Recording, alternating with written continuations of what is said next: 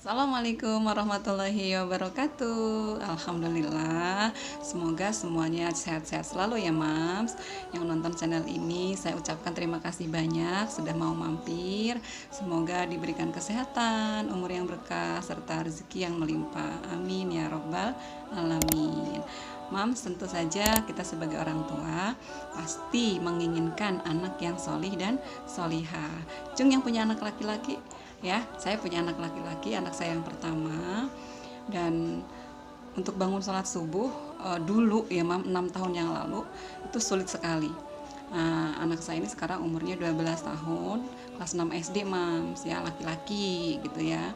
Nah, bagi anak-anak kita yang sulit untuk bangun sholat subuh, padahal sholat subuh itu adalah kewajiban bagi kita semua, otomatis ya, yang muslim dan muslimah, apalagi laki-laki itu harus sholat subuhnya di masjid ya, sholat-sholat yang lain juga gitu, terutama sholat subuh. Itu dari pengalaman itu ya, dari pengalaman anak-anak kita yang sulit untuk dibangunkan pada saat subuh hari, saya ingin berbagi cerita, berbagi pengalaman.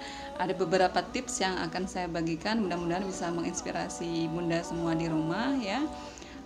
Yang pertama tipsnya adalah bangunkan dia dengan ucapan atau kata-kata yang lemah lembut. Jadi banguninnya itu jangan kayak Mam meriam gitu ya, woi bangun bangun bangun gitu, jangan Mam ya. Pertama kita bangunkan, nah bangun nak, sudah subuh, ayo kita bangun. Nah tapi dengan catatan, ketika kita membangunkan anak kita itu, kita sudah menggunakan mukena gitu, kita juga sudah mau melaksanakan sholat. Jangan nak bangun bangun bangun, kita masih di tempat tidur, jerit-jerit gitu dari kamar sampai kamar anak kita, itu nggak akan ngefek ya Mam ya. Jadi yang perlu kita perhatikan adalah diri kita juga ketika membangunkan anak kita ya, yaitu kita sudah siap dengan menggunakan pakaian untuk sholat gitu ya, menggunakan mukena gitu. Nah dengan kata-kata yang lemah lembut, itu tips yang pertama ya.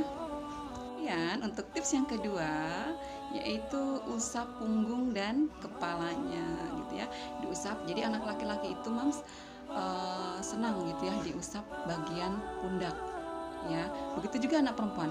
Tapi kalau menurut dokter Aisyah Dahlan yang pernah saya dengar ya, jadi kalau anak laki-laki kita usap punggungnya itu dengan agak kencang gitu ya, punggungnya kita tepuk dengan agak kencang.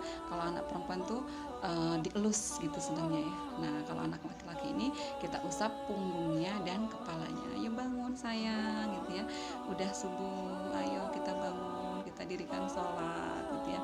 Kita ke masjid bagi yang laki-laki, bagi yang perempuan ayo nak bangun gitu, dengan penuh dengan kasih sayang ya, dengan penuh harap gitu, kita membangunkan anak kita. Itu tips yang kedua. Kan untuk tips yang ketiga yaitu misalkan dia juga belum mau bangun, biarkan dia tidur sebentar, ada 5 menit jika memang ada keluasan waktu gitu ya. Bukan berarti sudah azan gitu ya, sudah azan dia masih susah bangun, kita biarkan, itu akan mepet banget gitu ya. Nah jadi jika emang ada keluasan waktu, biarkan dia tidur sebentar 5 menit gitu ya. Nah nanti 5 menit kemudian kita bangunkan. Nah maka dari itu bangunkan anak itu sebelum subuh kalau bisa ya. Jadi ketika azan dia sudah udah pengen bangun gitu ya, sudah nggak bisa tidur lagi kan biasanya gitu ya. Jadi biarkan dia tidur sebentar, lalu 5 menit kemudian kita bangunkan lagi ya. Maka memang sangat dibutuhkan kesabaran Mams ya, sangat dibutuhkan kesabaran ya. Jadi kita sebagai orang tua nggak berhenti belajar gitu ya, supaya generasi kita ini menjadi generasi yang kuat. Itu tips yang ketiga ya. Yang tidak kalah penting ya, tips yang keempat yaitu adalah nyalakan lampu kamar. Jangan lupa gitu ya, jangan masih gelap-gelap kita bangunkan, nah nanti dia masih sangkanya masih malam gitu ya, padahal sudah subuh, sudah fajar gitu ya. Maka jangan lupa nyalakan lampu kamar gitu, biar dia silau gitu, silau men gitu, ada silau gitu, maka dia akan mudah terbangun gitu ya. Dengan kita usap punggungnya dengan ucapan yang lemah lembut gitu, insya Allah dengan izin Allah dia akan bangun. Itu tips yang keempat, nyalakan lampu kamar. Untuk tips yang kelima gitu ya, nggak kalah penting nih ya Mams ya, jika memang belum bisa bangun juga, maka percikan air ya ke wajahnya jika dia susah untuk dibangunkan. Jangan diguyur ya, beda kalau diguyur kalau diguyur nanti basah semua ya bantal kasurnya. Jadi dipercikan saja gitu ya dengan air gitu supaya dia segar gitu ya Mam ya. Jadi ya dengan berbagai cara lah bagaimana ya supaya anak kita bisa bangun subuh hari gitu ya, dan pergi ke masjid bagi yang laki-laki, dan anak perempuan berjamaah dengan kita ibunya. Yang keenam ya, yang terakhir nih dari saya gitu ya. Jadi kalau memang dari tips yang pertama tadi susah, yang kedua juga dia nggak bangun-bangun, maka berikanlah dia motivasi bahwa nah ayo bangun gitu ya, bahwa tidak ada pilihan, kelak tidak ada pilihan kecuali surga dan neraka gitu ya. Dan atau juga bisa, maka nanti nak sholatmu akan menjadi cahaya di alam kuburmu gitu ya. Nah tapi biasanya kalau sedang malas bangun gitu sulit untuk mencerna nasihat ya Mams. Maka semuanya kekuatan kita kembalikan kepada Allah, kita hanya memohon kepada Allah agar anak-anak kita itu mudah gitu ya, atau bisa untuk bangun setiap subuh hari gitu ya. Nah dari keenam tips tadi ya Mams ya, sebenarnya itu hanya sebagai cara dalam tanda kutip ya. Sebenarnya yang semua menentukannya hanyalah Allah Subhanahu wa taala yang maha melembutkan hati gitu ya. Jadi solihkan diri kita dulu sebagai orang tua, maka anak-anak akan melihat kita gitu ya, bagaimana orang tuanya. Nah kalau anak ayo nak pergi ke masjid, sementara emaknya atau bapaknya masih leha-leha di TV, nonton TV atau main gadget, itu nggak akan ngefek ya Mas ya. Jadi meskipun ada sih anak-anak yang tanpa disuruh sudah pergi ke masjid, itu luar biasa, itu rezeki ya Mas ya. Nah tapi di sini yang kita sharing ya, kita bahas ini adalah jika anak-anak kita ini sulit untuk dibangunkan pada saat subuh hari. Jadi gitu ya, ada beberapa tips yang saya berikan, mudah-mudahan bisa bermanfaat. Di sini saya berbagi ya dengan pengalaman saya.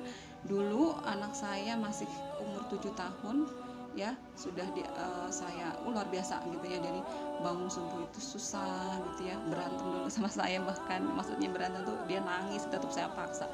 Bahkan saya pernah punya pengalaman ekstrim ya Mas, ketika dia tidak mau sholat subuh ya di masjid gitu ya, saya stop uang jajannya. Mungkin ini bisa juga ditiru, atau kalau terlalu ekstrim ya terserah Moms ya. Jadi itu pengalaman saya stop uang jajan, nggak jajan selama berapa ya dulu tuh, seminggu atau 3 hari gitu, saya lupa. Di kelas 1 kelas 2 saya termasuk ibu yang tegas ya dalam tanda kutip untuk hal-hal sholat gitu ya. Jadi supaya menjadi punishment atau hukuman ketika dia tidak pergi ke masjid gitu. Jadi ketika dia melaksanakan kewajiban-kewajibannya, kita berikan reward juga, kita berikan hadiah gitu ya Moms ya.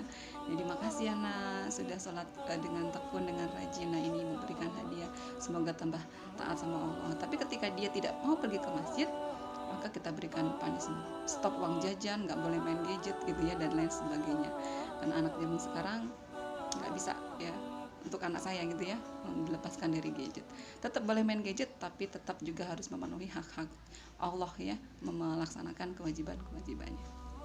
6 tips ya dari saya, semoga bermanfaat ya. Jika memang ada yang baik silahkan diambil, jika ada yang buruk ya dicampakkan saja yang buruk ya. Jadi kita di sini berbagi, mudah-mudahan anak-anak kita dijadikan anak-anak yang saleh dan salihah, menjadi generasi umat Islam yang kuat dan tangguh, dan selamat dunia akhirat. Amin ya rabbal alamin. Ya. Tips dari saya dari ke-6 tips tersebut, mudah-mudahan bisa diambil ya inspirasi dari saya berdasarkan pengalaman saya. Mudah-mudahan ya kita berserah diri kepada Allah, semoga anak-anak kita jadikan anak yang saleh dan salihah ya. Dan jangan lupa like, komen, dan subscribe. Saya mohon dukungannya. Terima kasih. Assalamualaikum warahmatullahi wabarakatuh.